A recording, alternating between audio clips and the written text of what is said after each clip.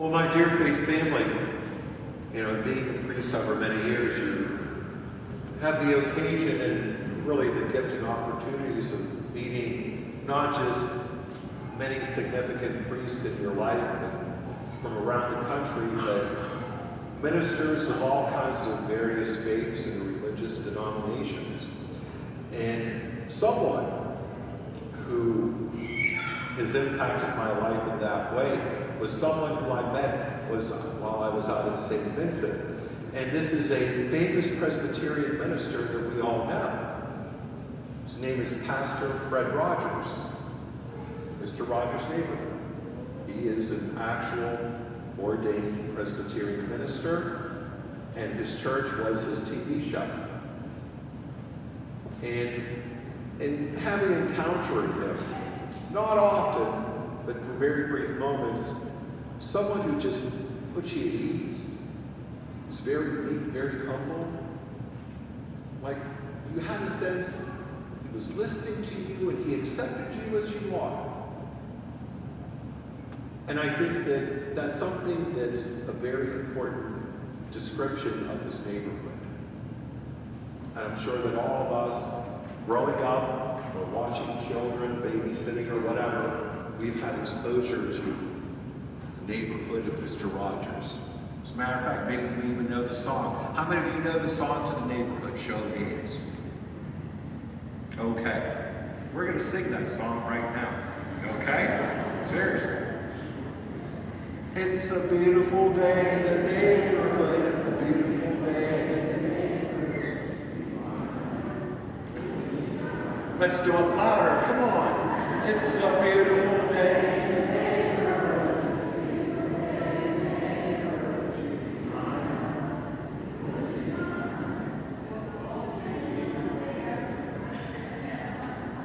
Won't you be my neighbor? I think those are words that we need to keep in mind and in our heart, in our country, and to many neighborhoods across the world. I mean, this past week, I hope it kind of got you upset. Hope it got you angry. Because that's where I am. This is like crazy.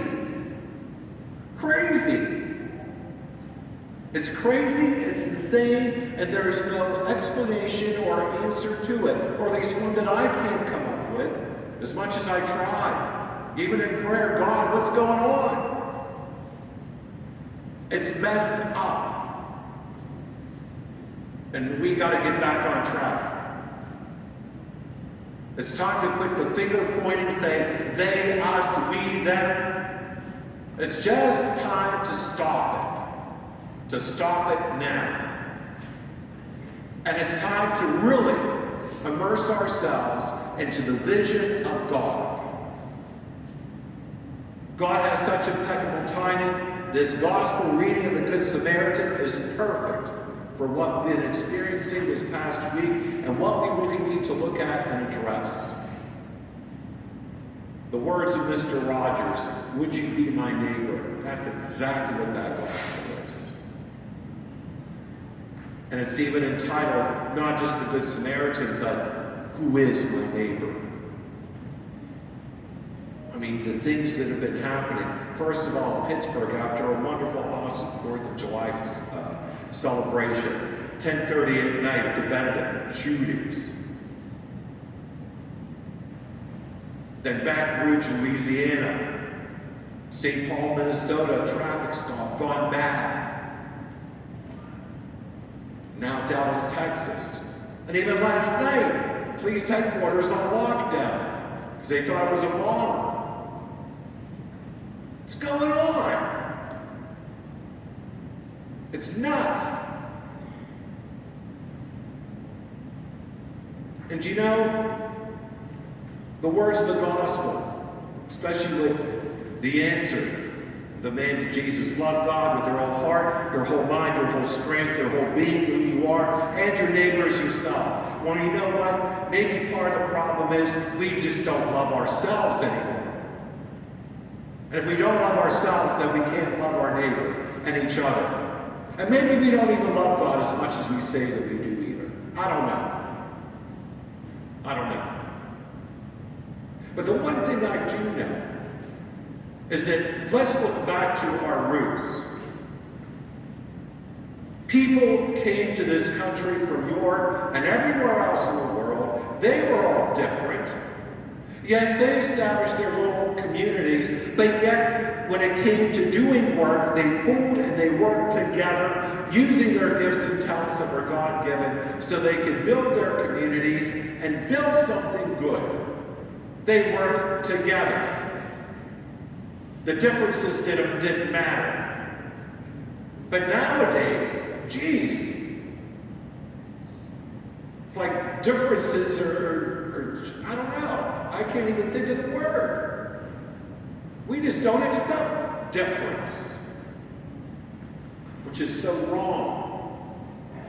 It's almost we're slapping the face of God because He created us, all people in His image and likeness, and He deliberately set it up so that everybody is different. So that means all these differences are the reflection of God. So it's like we're rejecting His vision of creation and we're rejecting Him because we don't accept difference. Difference of race, difference of ethnicity, difference of people, whatever the case may be. We now have this dysfunctional, weird, strange, crazy, unhealthy understanding of one another. And it brings about fear, which is totally unbased and stupid. And look at where it's leading us. I don't like where we're going. And I would assume you don't either.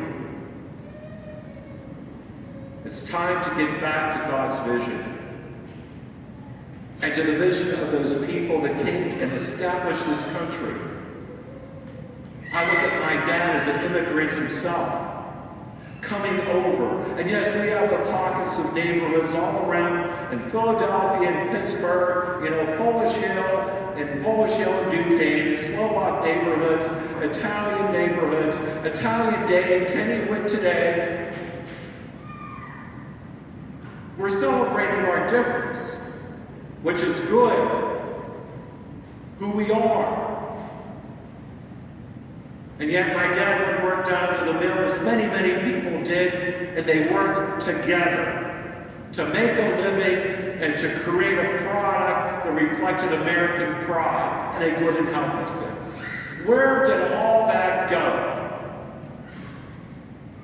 Well, I'll tell you what, my sisters and brothers, it's definitely something we need to get back to. There's no doubt about it now. Because it's all going awry. It's all messed up. And we need to go to that God to get it straightened out. Because that's the only way it's going to happen. We need His vision, His understanding. We need to break open the hearts of many, many people so that His graces and His strength and His blessings and His favor of what it means to love and to have peace in our neighborhoods is listened to, and this is how we live. The only way we're going to have peace is if we start loving as He wants us to love. It ain't going to happen any other way. No matter how hard we try, or no matter how we think it's going to work, it ain't going to happen. And I think maybe the lessons of the past week have told us that and shown us that. So maybe we just need, as a country, as a people, say, we're messing up. And we need to get on track. And if we can only do that, turning to Him and to prayer. Deep prayer. So that being said, I'm going to give you an invitation. On Friday, Reverend Wilson from the Payne Chapel, he called. We talked about what's been happening, He just doesn't understand it either. Neither do I. He's just as upset and angry about it as I am and as many people are. So what we decided to do, tomorrow night, in this very church, we're having an evening of prayer for peace, for harmony, for love, for unity, for vision, for the vision of Jesus Christ, that will take our hearts and consume our country. And everybody is invited. He's calling up police officers from Duquesne. He's inviting police departments throughout the whole valley. So it's just not a Duquesne thing. And he's inviting the civic leaders in the whole valley. And we're inviting people from the various church denominations in the whole valley. Let's fill up this church and come together as we are, celebrating our differences, but a difference that has come to be because of that guy and the Father and the Holy Spirit. It's good. It's beautiful. And if we look at it that way, imagine what great, powerful things we could do, because those who came to our country, they did just that. And all we have to do is return to Him just like they did. So my sisters and brothers, it is really and seriously a time as a country when we really need to look at who we are and where we're going. And we need to ask ourselves, is this really the way we want to go? Is this really the way we want to live? I don't. And I believe probably a lot of you don't either. And I'm sure there's many people out there on the streets that don't want to live this way either. Don't want to live in fear. Don't want to be packing everywhere you go. You want to be able to shake your neighbor's hand and to be there with people, all kinds of people, no matter who they are. And go out to Kennywood Park and ride that coaster together. And that when somebody walks off and they're sick, they're out there helping them. It's time we start caring about each other, my sisters and brothers. It's time to see the difference is good. It's God's gift. And we need to live by His gift, not the way we want it to be. We are His creation. Everything is His creation. Everything is His. And the only way it's going to get straightened out is if we return our hearts and minds to Him. Start acting like that guy in the gospel. And be that good Samaritan. That no matter what, who we see, or no matter how different someone else is, we care for them and love them in the name of the living God.